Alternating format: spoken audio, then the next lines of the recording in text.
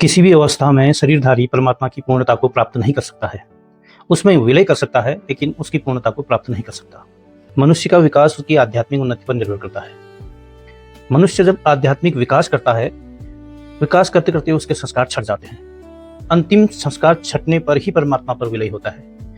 यदि आदमी का अंतिम संस्कार बचा हो, उसके समाप्त होने तक परमात्मा कई हजार गुना विकास कर लेता है, कई हजार गुना फैल जाता है। कहने का आशय यह है कि हमारी विकास की दर और परमात्मा की विकास की दर में हजारों करोड़ों लाखों गुना अंतर है। हमारे हृदय के फैलाव से कई करोड़ों गुना ज्यादा फैलाव आध्यात्मिक हृदय का होता है। आज हम अपने विकास की 2 सीढ़ियां चढ़ते हैं तो आध्यात्मिक क्षेत्र में विकास कई गुना ज्यादा हो जाता है।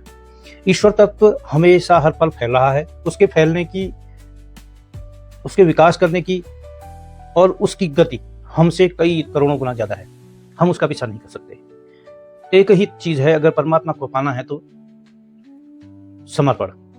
ईश्वर को पाने के लिए समर्पण ही सबसे अच्छा साधन है, क्योंकि समर्पण से हम अपने आप को उसे सौंप देते हैं। हमारी गति रुक जाती है और उसकी गति को हम पा लेते हैं। हमारी विकास की गति अधिक से अधिक कितनी हो सकती है कि हम उसका पीछा कर सकें? असंभव है। जब खुद ही हम उस पर समर्पित हो जाएं, सब कुछ उसी पे छोड़ दें, उस परम तत्व पे, तब हम उसे पा सकते हैं। विकास की गति से हम उसे नहीं पा सकते।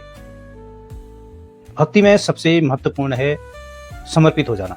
जो समर्पित नहीं है, विकास करता जाए, आध्यात्म भी विकास कर रहा है, विज्ञान भी विकास कर रहा है और हम भी विकास कर रहे हैं।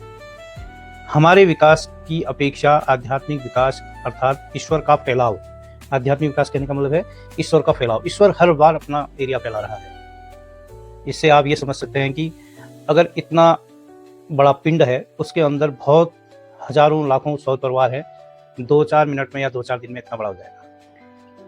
इस ईश्वर के क्षेत्र में करोड़ों ब्रह्मांड हैं।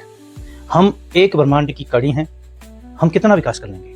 वो तो एक दिन में कितना विकास कर लेगा, वो अरबों ब्रह्मांड आ जाएंगे, दूसरे दिन अरबों आ जाएंगे। हमारे विकास की तरफ उसके सामने कुछ नहीं है, इसलिए हम उसमें विलय नहीं हो सकते। इसलिए हम उसके विकास में पीछा नहीं कर सकते। समर्पण ही एक ऐसा साधन है जो ईश्वर को पाने और उसको समझने और उसमें विलय होने के लिए उपयोगी है।